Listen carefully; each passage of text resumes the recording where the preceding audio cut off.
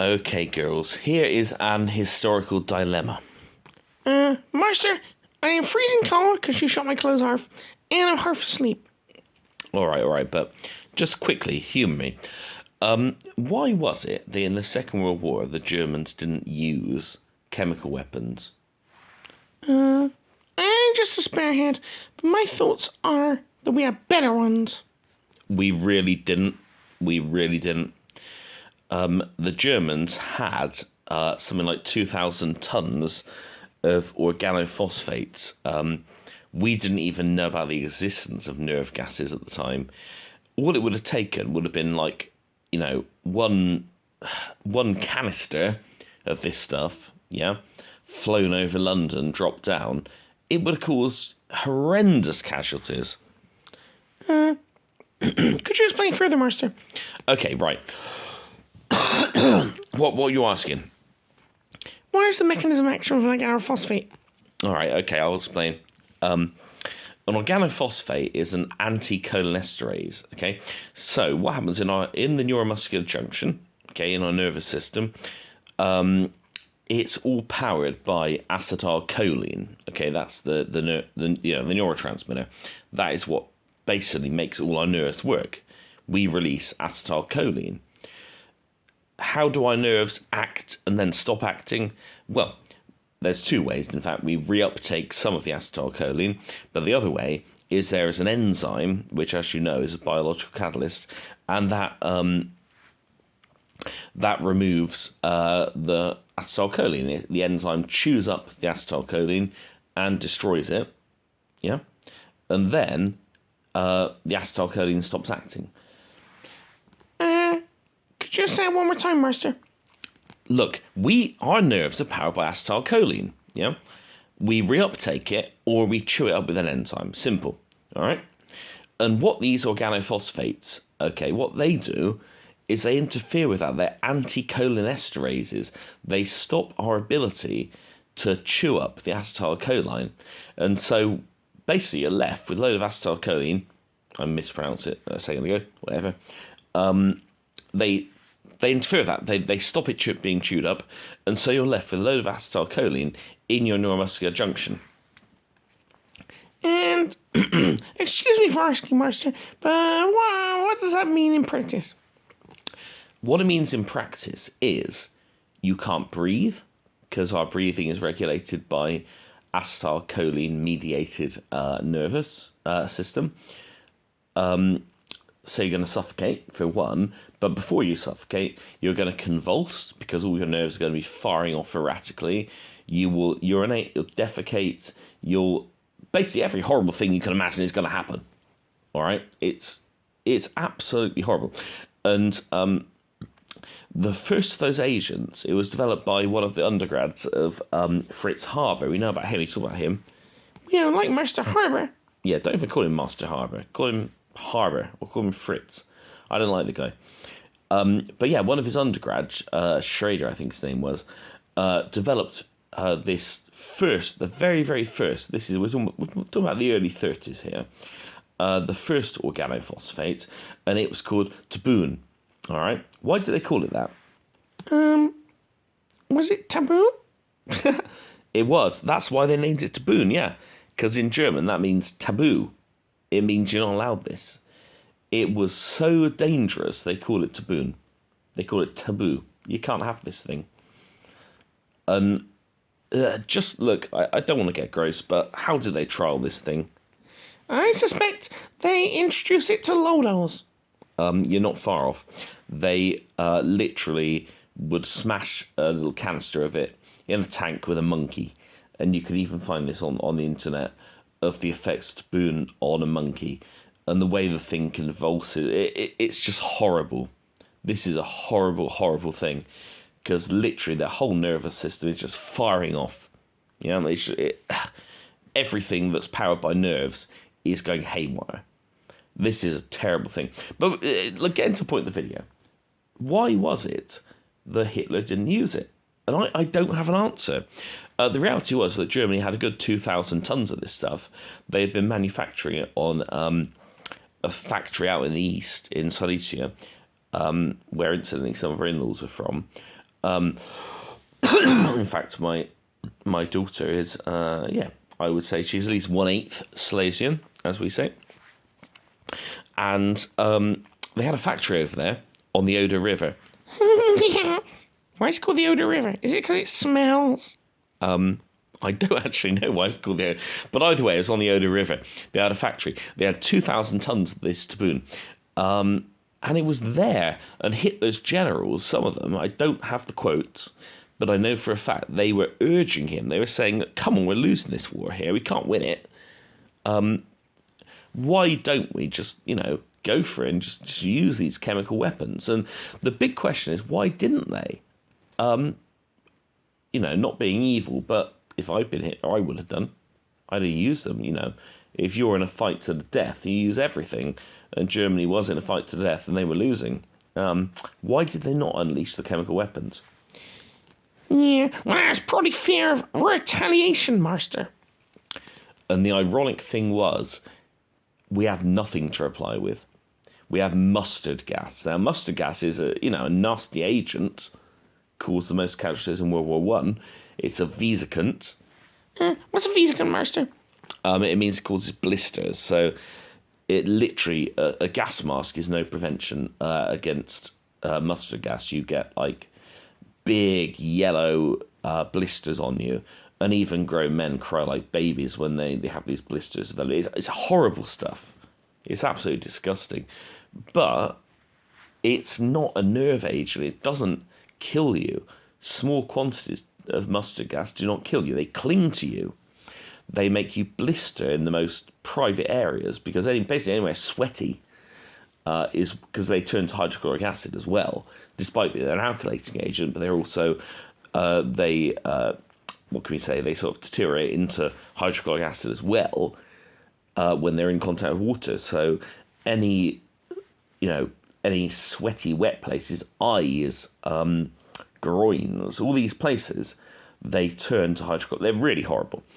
But they're not organophosphates. They're not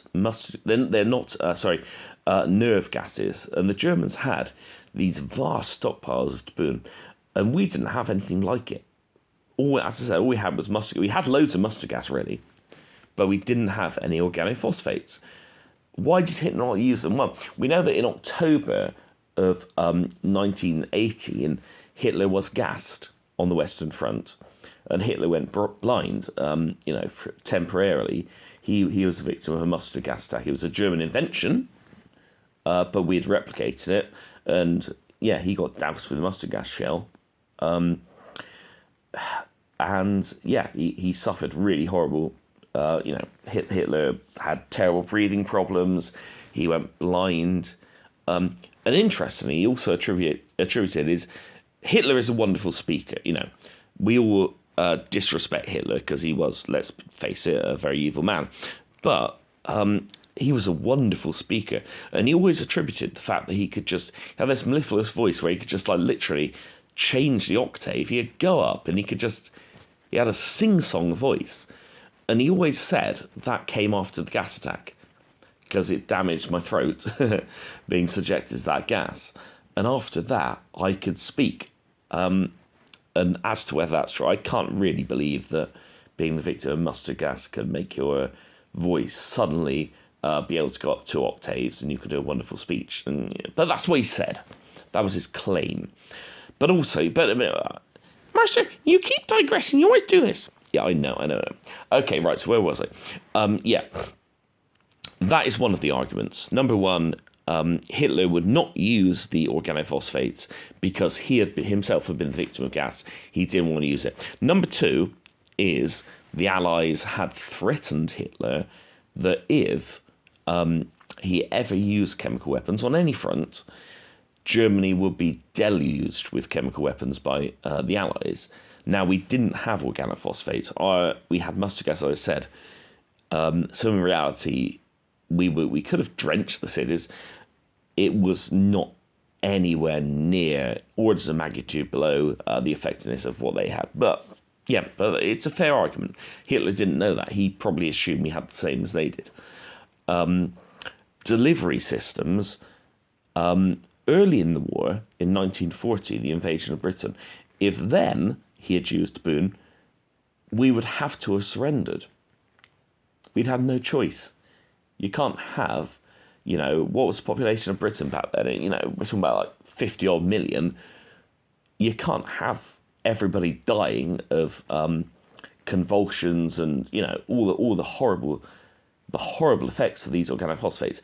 And the reality was, yes, the RAF was getting up and intercepting them, intercepting the German Air Force, Luftwaffe, but we couldn't have stopped it. If they had just, loaded a load of canisters to Tabun on those planes, we would have had no choice but to surrender. Only a complete raving lunatic would have carried on fighting if your population is being, decimated by these chemical weapons. And we had nowhere for replying. We couldn't even drop a bomb on a city back in 1940, let alone, a specific target. The Butt reports, late 1941. Even then, we couldn't drop a bomb within 5 miles of a German city. And German cities are not small. It was absolute, it was a shambles at that time.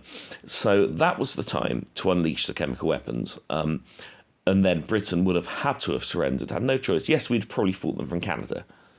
The Royal Navy would have sailed off to Canada, and we could have fought them, but it would have been a very, very different war.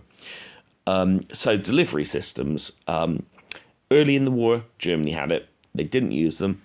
Later in the war, once come 1944, Germany had jet-powered fighters, like the Messerschmitt 262, the Heinkel, I forget the number, but they had, they had a few different ones, actually. They could have flown over, and they were totally uninterceptable. They were too fast and too high. It would have been possible then, but it would have been very, very small scale.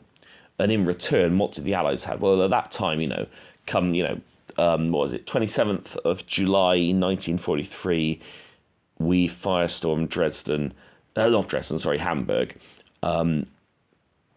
Come 1945, the night of 12th and 13th of February, we firestormed Dresden. And in between, we were firestorming loads of cities. The reality was the RAF, at that point, we were dominant in the skies. The Germans had no countermeasures. And so, yes, maybe had they dropped 1 or 2 canisters of organophosphates Tabun on the UK, they would have caused casualties, but we could have deluged them in millions of tons of mustard gas, which is, as I said, much less deadly, but still, in terms of the quantities, in terms of the delivery system, we had a lot more. But it's my thesis, it's my contention that in 1940, that Germany had stockpiles of organophosphates, no doubt. Had they used those in the Blitz in 1940, when they were coming in over in August, September 1940, when they were coming over with these massed air raids, hundreds of bombers, hundreds of fighters, if they had used their chemical weapons, Britain would have had to have surrendered. And had Britain surrendered, I still think Germany would have lost the war, because we would have taken the fleet to Canada, the royal family to Canada, and we'd have fought them from the Empire. But it would have been very different. The war might still be going on today if that had happened, because we'd still tried to blockade them, but it'd be much harder without Britain. But yeah, so it's an interesting counterfactual. Why did Germany not use chemical weapons when they had much, much better ones than anyone else? And had they used them, what would have happened? Master, why are you talking about this at like 3:30 in the morning? Yeah, it's a good question. It's just because it's on my mind. Yeah, but if anyone watches this video, tell me in the comments, what do you think? Why is it they didn't use them? Was Hitler merciful? Hitler the Merciful? I'm not. I can't really credit Hitler with being a merciful man, but it almost seems in this instance he was the one. His chiefs of staff were telling him, use those damn chemical weapons. You've got 2,000 tons of Tabun. Drop it on the Allies. and Hitler wouldn't. And it's a big question. Why? Why didn't he?